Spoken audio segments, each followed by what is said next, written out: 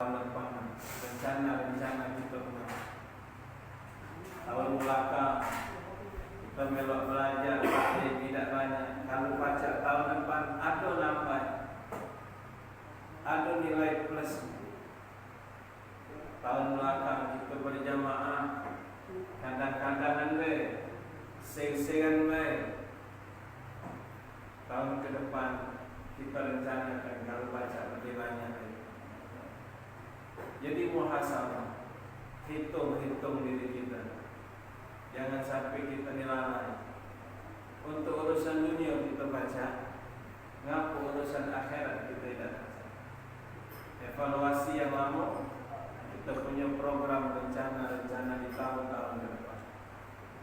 Karena kita ini Pak, semakin hari sering Anda sampaikan, bukannya semakin jauh dari mati, tapi semakin dekat. Kalau kita tidak memperbaiki diri kita, kalau kita tidak mengevaluasi diri kita biar jadi lebih baik, jadi hidup di dunia ini tidak nampak. Hidup di dunia ini tidak nampak. Kalau tidak memperbaiki apa-apa yang salah dari diri kita. Dari dulu sampai ini tidak kata peningkatan.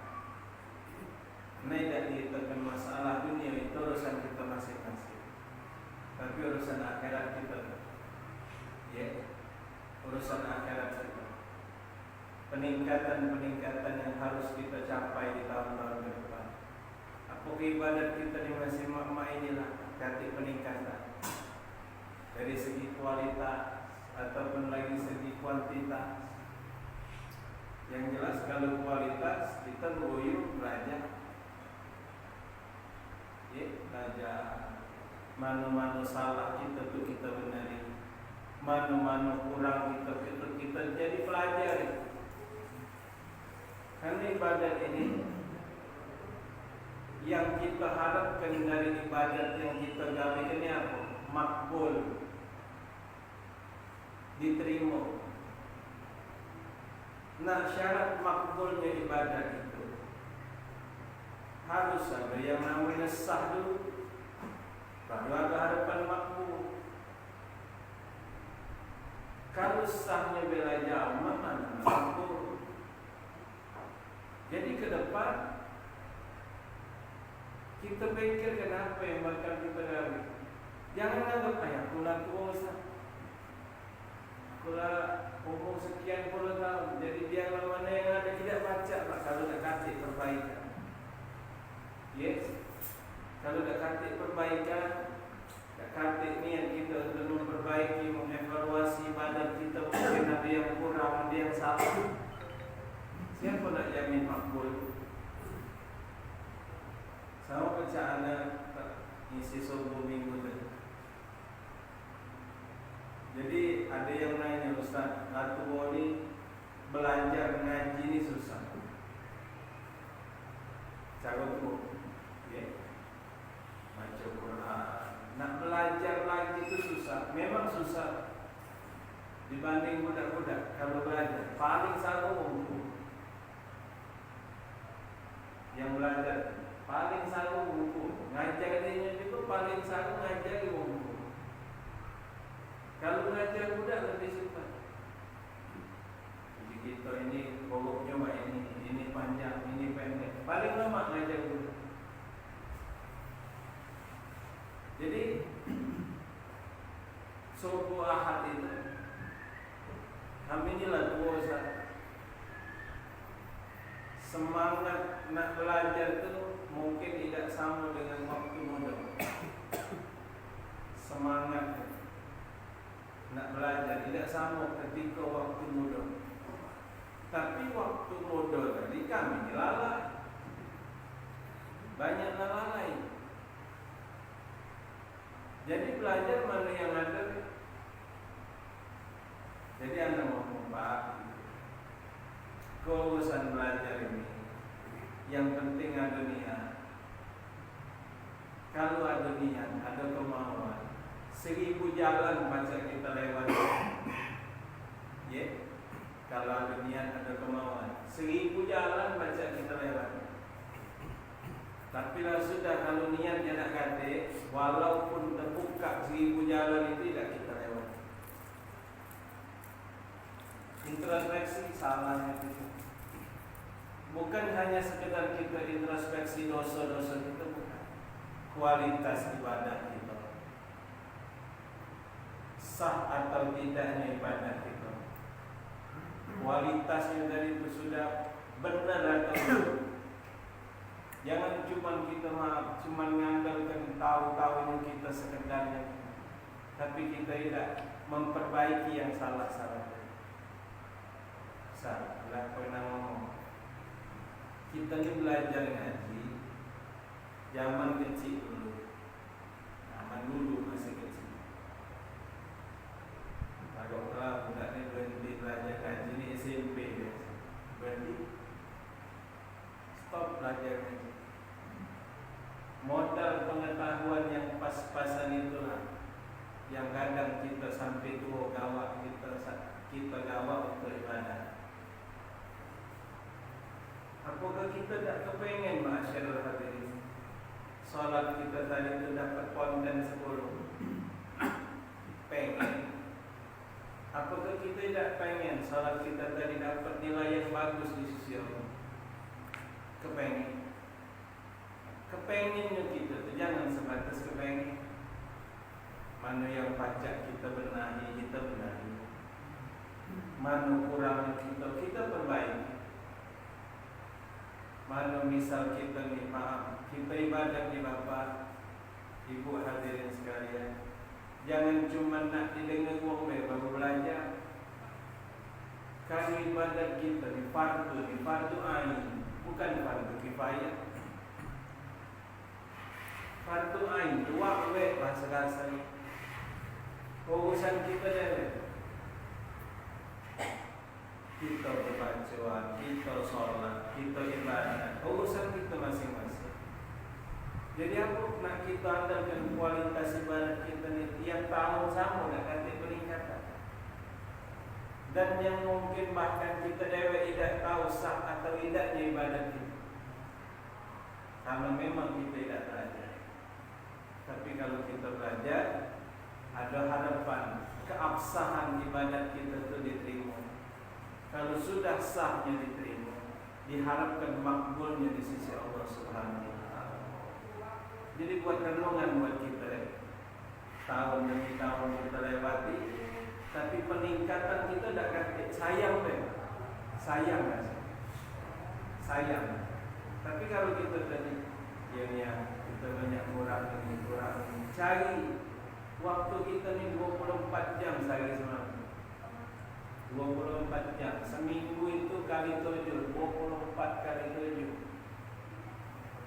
Aku paling senang 4 kali-kali. Kenapa? Ya, kalau aku cuma tambah 1 kali ya. Pagi sama bukan kata 24 jam kali 7 aja. 24 kali 7 168 jam. 168 jam seminggu kita punya waktu. Kita duduk majlis berapa lama? 45 menit, tidak nyampe sejam. Apakah cuma di sini? Tidak. Anda dijuk tahu oleh guru anda waktu belajar. Kalau baca ilmu yang didapat, jangan cuma dari psikologi. Cari di mana tempat kita belajar. Kita pengen belajar apa? Belajar fikir tempatnya. Ada lagi nak pengen belajar apa? Tauhid, cari belajar. Belajar tasawuf, cari. Zaman ini tambah lagi rumah, kendaraan banyak, majelis taklim banyak. Asal kita kan. Kami dulu belajar duduk sama Ustaz. Ingat ya, jangan belajar sama anda. Saking itu. Bukannya mahal. Guru kami Ustaz Taufik belajar sini jangan tempat lain. Tidak. Niat. Anda bersumpah jadi. Jangan belajar sama anda cari tempat lain. Arti kata biar kita ni banyak pengetahuan. Belajar sini fikih, belasan belajar tasawuf, salah belasan belajar tauhid, ada lagi tambah belajar ngaji. Itu bukannya tipe yang fanatik harus fanatik, tidak. Ingat, jangan belajar sini cari tempat lain belajar. Cuma syaratnya sih kok jangan nyari perbandingan. Ini kita boleh di sini dengan ini. No, uji usaha itu mah itu jangan dah. Itu dah kata adab, boleh latah. Tambah lagi ngadu domba. Nah sudah. Uji usaha itu mah itu. Nah jangan. Jadi jadi belajar. Untuk apalah kita ibadat ini? Tapi kalau tak ada keabsahan di dalam, sayang bebas waktu-waktu berjalan. Sayang. Ngopi dulu. Maaf karena beratnya mata. Biasa ngopi ya Pak. Ya biasa tak ngopi karena berat.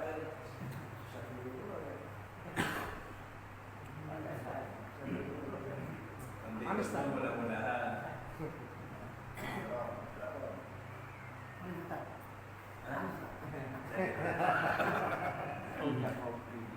Jadi itu mukadimah kita sebelum buka kita untuk memotivasi diri kita, memotivasi.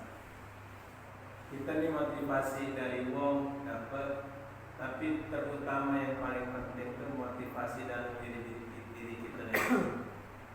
Walaupun hebat kiai ngomong, walaupun hebat ustaz ngomong, tapi kalau dari dalam dirinya sudah ada kata lagi untuk memperbaiki diri, tidak bakal baca.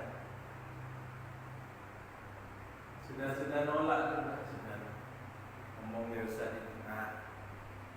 Padahal yang diunjuk tahunnya untuk kita, bukan untuk orang lain.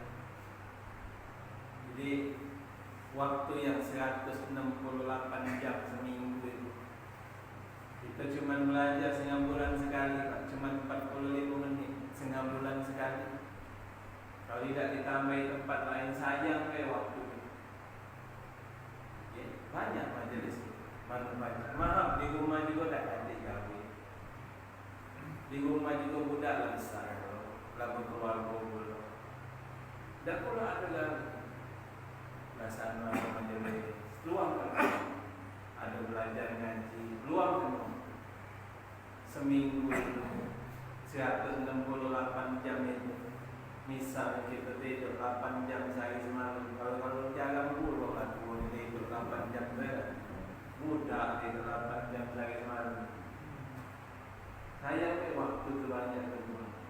Jadi dimanfaatkan dengan sebaik-baiknya. Jadi ada rencana 1445 itu kalau baca lebih bagus dari tahun belakang. Ada peningkatan, ada penambahan. Jadi sekedar motivasi untuk kita sama-sama. Ma'asyiral hadirin rahimakumullah, melanjutkan materi pelajaran kita di dalam kitab Syafi'i dan Belajar, masih di dalam bab pembatal salat. Bismillahirrahmanirrahim. Qala al-musannif rahimahullah wa nafa'na bihi wa bi'ulumihi fid dharain. Yaqul faslun, masih di dalam bab fasal tabtulus shalah, pembatal salat. Kemarin keluar hadis sudah dibahas. Penjatuhan najis sudah kita bahas. Terbukanya aurat sudah kita bahas, walaupun belum banyak. Jadi aurat itu aurat lanang dan betina itu. Jadi ngomongnya aurat itu bukan betina, lanang juga. Aurat lanang kita laki-laki ini di dalam sholat ataupun di luar sholat, aurat kita itu baina surah wa rukbah, di antara pusat dan lutut, walaupun kita tidak sholat, walaupun posisi kita tidak dalam keadaan sholat. Jadi aurat itu berlaku Tambah lagi kita berada di luar rumah, ketemu orang lain, walau itu lanang. Nah itulah ngapa kita yang lanang jangan naso pakai celana pendek. Aurat kita, lutut itu aurat kita. Di antara pusar sampai lutut itu aurat yang wajib kita tutup. Jadi walaupun kita tidak salat atau kalau anak maafnya bukan anak cuma sekedar berbagi pengalaman. Lah tahu bahwa lututnya orang dulu anak waktu masih SMP celana pendek di sekolah. Ya sekolah celana pendek. Di rumah celana ku banyak yang celana pendek-pendek. Main bola, main badminton, SMP itu belum belajar, belum tahu. Seketika belajar aurat, alhamdulillah sampai main ini Pak. Cantik lagi celana pendek. Celana seruar,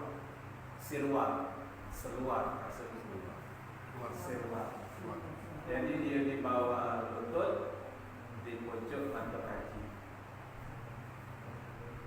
Jadi kalau memang ada celana pendek, buat dalaman baik, ya, jangan buat dipakai itu. Tidak lemak lagi ngawas. Bukan pula sekedar ngawas, agam Pak Buku. Muka aurat. Jangan kita ngomong cuma betina, kita punya aurat kita. Lanang juga pun. Itulah kadang-kadang di tempat-tempat umum, di mana yang paling banyak muka aurat lanang. Tempat-tempat berenang itu, ya, kolam-kolam renang, tempat water park, yang lanang bapaknya tadi ngewaknya anak pakai celana pendek, baju tidak pusat kemana-mana. Halang hukumnya, mana boleh? Jadi aurat itu bukan cuma betina, lanang juga ada. Itu yang harus dijaga. Jangan sampai tambah lagi kita maaf yang galak ke langgar, galak ke masjid, ya. Jadi tidak lemak ngawas itu. Kalau secara bukan secara hukum, secara bahasa kita, sehari-hari kita tidak lemak lagi ngawas. Kalau secara hukum jelas agak tanggung, ya. Lanang itu orang lanang. Lanang itu depan orang lain, jika di depan orang lain ataupun di dalam solat maupun di luar solat, baina surah wal rukbah, antara pusar sampai lutut harus ditutup. Jadi Ustaz, wong lanang semayang pakai sewet di pucuk pusat di bawah lutut, tidak berbaju sah, secara hukum sah, tapi tidak kati adab. Tidak kati adab. Secara hukum sah, dia tidak berbaju. Tapi sewetnya tadi pucuk pusat, pakai sewet gantung, bawahnya bawah lutut. Tapi secara adab dia tidak beradab. Kecuali ada kecualinya. Misalnya wong ni paling salunya cuman sewet itulah misalnya. Cuman barang siko itu. Nah, dia apa ibaratnya itu masalah adabnya tidak baca diomongkan, masalahnya dia tidak kantik yang barang lain. Cuman itulah. Dulu lah sebenarnya dijelaskan ini. Ngapo dikatakan tidak kati adab? Nah, kita baik di luar sholat, makin model mah itu, metu rumah malu apa ya? Malu, metu rumah, makin model mah itu malu. Tambah lagi kita sholat, itu aurat kita ulana. Yang betina aurat ada 4, ada 3.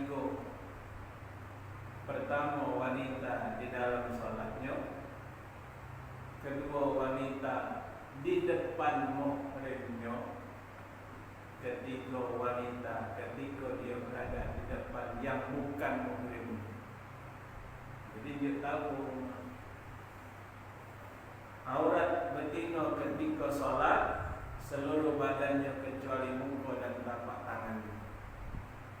Betul tak? Biasa tahu, paham. Nah, cuman Pak, dia tahu rumah kita makin kena. Benar-benar kalau kita punya HP, nonton videonya Habib Novel terus. Dia jelaskan berapa banyak kalangan orang betina kita ni makin kena salah. Jadi apa tadi malam?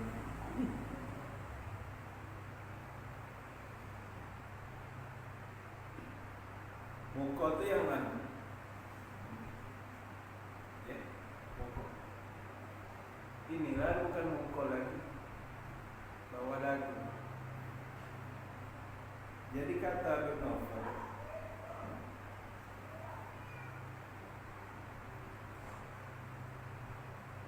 wong yang makin mau kena ini ilmu untuk wong betina. Dia tahu rumah bukan kita makin, ya.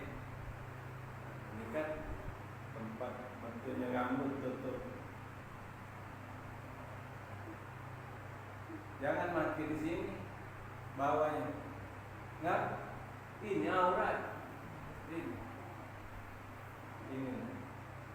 Nah.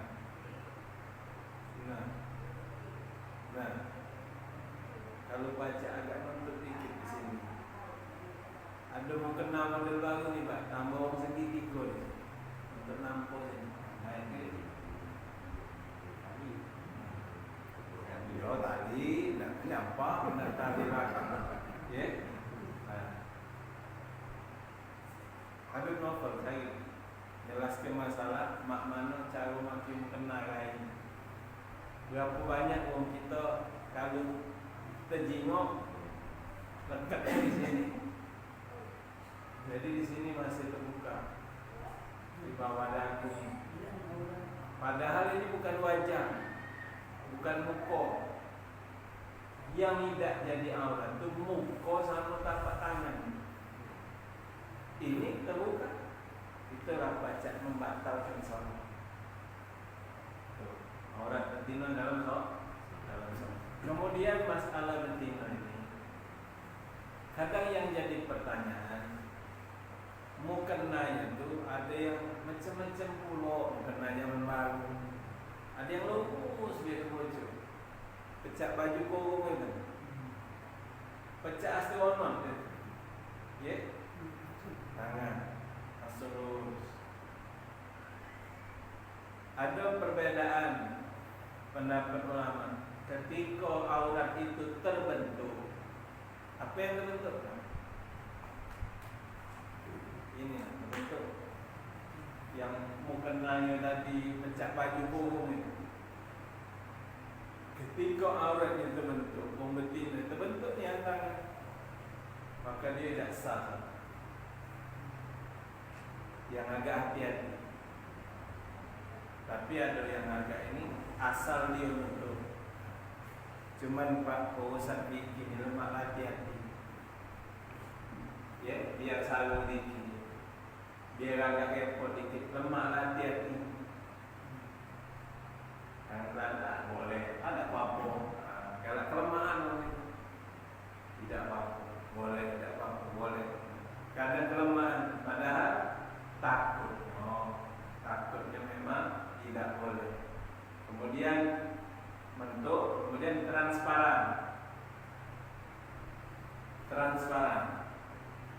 Ada mukena yang tipis, mukena yang sifatnya kain itu bisa nerawak, bisa pencingan kulit yang makinnya tadi, maka tidak sah. Jadi mukena itu kita mungkin carilah benar. Warna putih bagus, jangan yang nerawak. Karena warna putih itu lebih rentan dia menerawak. Tambah lagi kena sinar matahari. Cari warna berat. Itu kalau kita nonton TV, mau pergi haji, mau betina gelap galuhan. pengusaha lega. Jadi aurat dijaga jangan sampai terbuka. Dan kalau dia terbuka segera ditutup. Itulah ngaku wong betina itu. Ini banyak cerita betina, banyak masalah banyak. Kita lanangnya agak simpel. Wong betina dia dengan sholat nanti berarti ke kakinya galak terbuka. Tambah lagi sewet bawahnya itu agak pendek. Kita lanang ini perhatian Pak sama rumah sama anak gadis itu perhatian. Tanggung jawab. Jangan nggak kita juga tahu informasi model kayak mukena benar-benar jangan jaga Allah, jangan yang berbentuk. Kalau sholat hati-hati, jangan kaget sewet kesingkap, kaki kejenguan, tak tersadar, terbuka auratnya. Jadi aurat betina dalam sholat seluruh badan dia kecuali muka dan telapak tangannya. Aurat betina yang kedua ketika dia di depan muhrimnya. Aurat betina di depan muhrimnya sama macam aurat lanang. Cuma ada bagian-bagian yang harus ditutup. Pusar sampai lutut. Cuma harus ditutup. Ngapa takut menimbulkan fitnah yang lain. Itu aurat di depan muhrim. Aurat yang di depan bukan muhrimnya. Ini ada dua pendapat.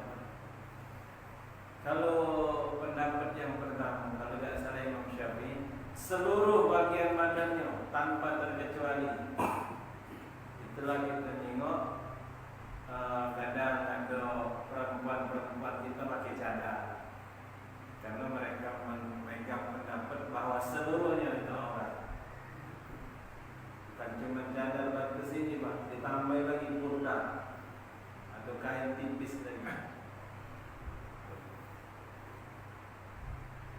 Itulah ngaku kalau mau betina pengajian yang bercadar itu cadarnya harus dibuka. Ngaku saja. Takutnya ada lanang nyempel di situ. Iya Pak, Ustazah lu ya, bininya Ustaz Alfi Asegaf. Alfi bin Isa Asegaf itu ngajar.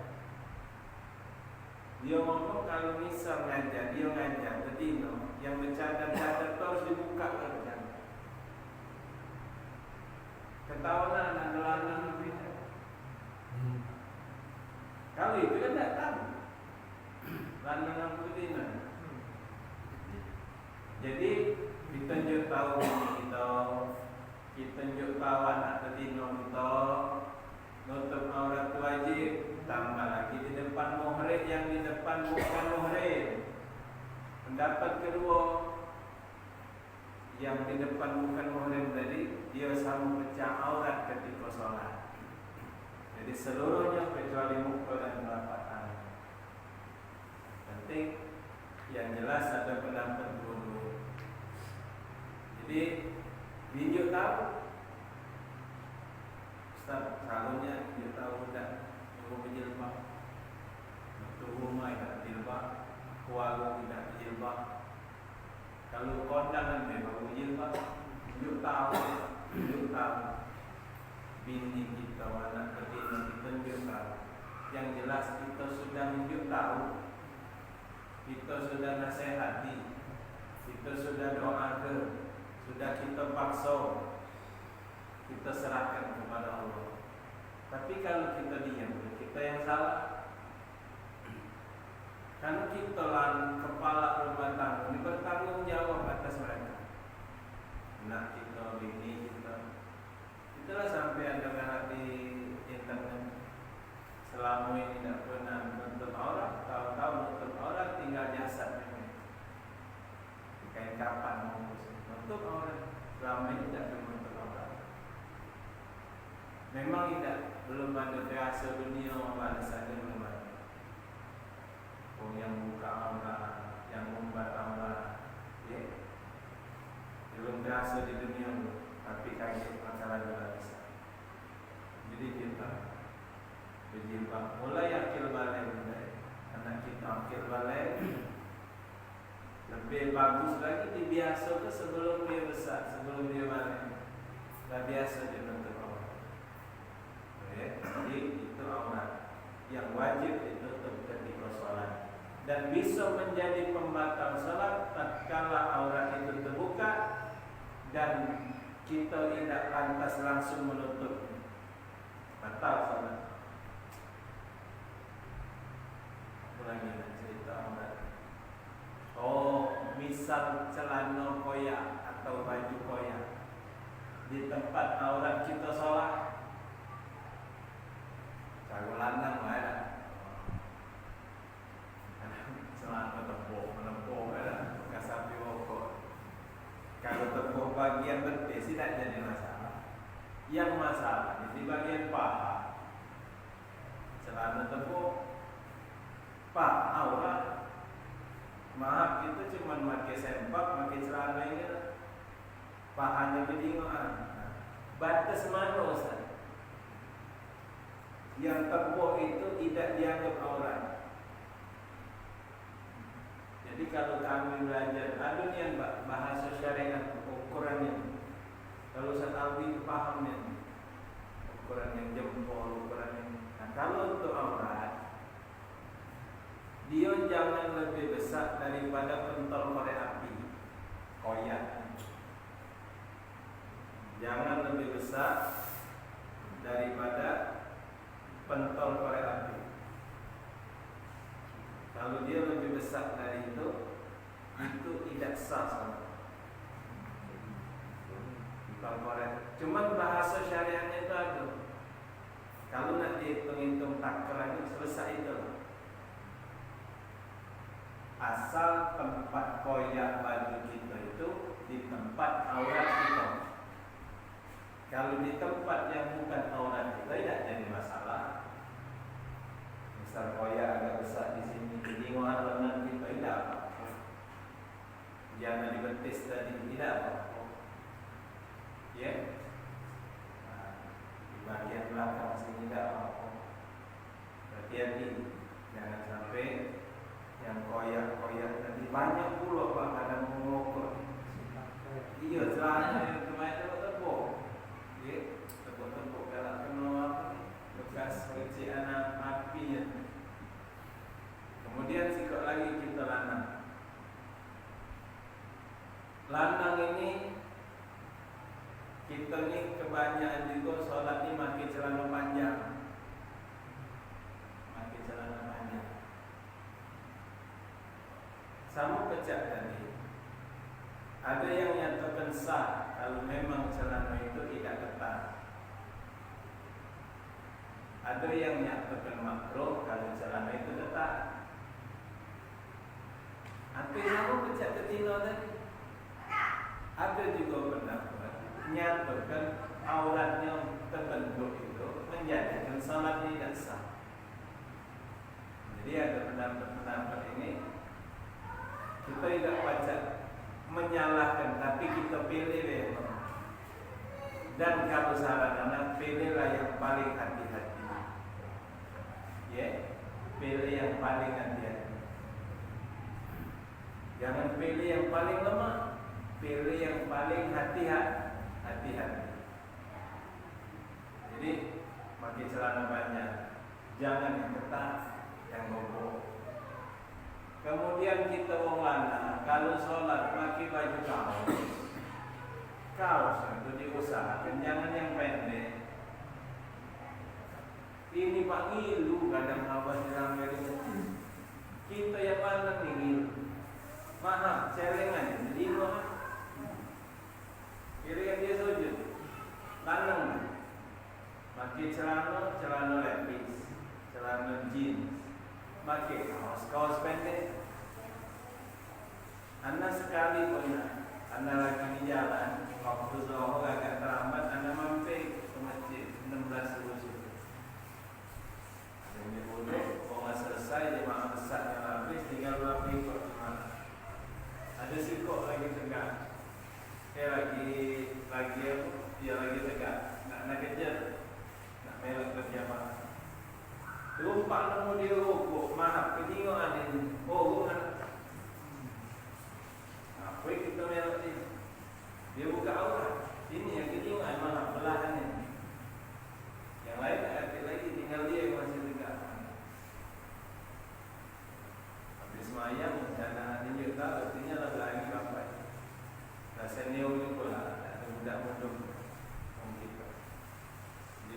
perhatian, ya, perhatian. Jangan sebasingan. Ibadah kita jangan sebasingan, nak rapi, nak benar. Dari segi hukumnya, dari segi kita berpakaian, dari segi membaca anak mulai. Jadi aurat jangan sampai terbuka. Karena ketika aurat itu terbuka dan tidak ditutup seketika, maka sholat batal. Itu pembatal sholat yang ketiga. Kemudian yang keempat, yang menjadikan batalnya sholat itu apa? Melakukan hal yang membatalkan puasa secara sengaja. Yang membatalkan puasa bisa menjadi membatalkan sholat. Apa itu? Makan minum. Makan minum. Kalau jima lah kita arti sholat jima ya. Makan minum itulah secara sengaja batal sholat. Yang membatalkan puasa itu membatalkan sholat. Walau sebut teh nasi, sengaja kita teguk batal sholat. Itulah aku dalam sholat. Bersih-bersihlah dulu. Mulut bersih-bersih. Kumu-kumu ini lah, minum kopi. Kaki nak sholat jangan tidak berkumu. Karena bekasnya itu masih ada. Kalau kita tidak kumur-kumur, bekasnya itu masih ada. Makan nasi, kondangan, sholat dohor. Kita ni kadang masih banyak yang lekat di sela-sela gigi kita. Ketika ada makanan dari sengaja kita tegak batal sholat. Dulu pun anak ngomong, kalau tidak sengaja makan yang sedikit tadi, tidak sengaja tidak batal. Tapi dia sujud sahwi karena dia satu kelalaian. Tapi kalau dia sengaja batal sholat. Walau sebutir nasi, walau cuma sebiji nasi, sengaja batal sholat. Hati-hati, bersih-bersih dulu. Kumu-kumu, bersihkan gigi, pakai siwak, dibersihkan mulut kita. Jangan sampai ada yang bisa membatalkan sholat kita. Jadi ma'asyiral hadirin rahimakumullah,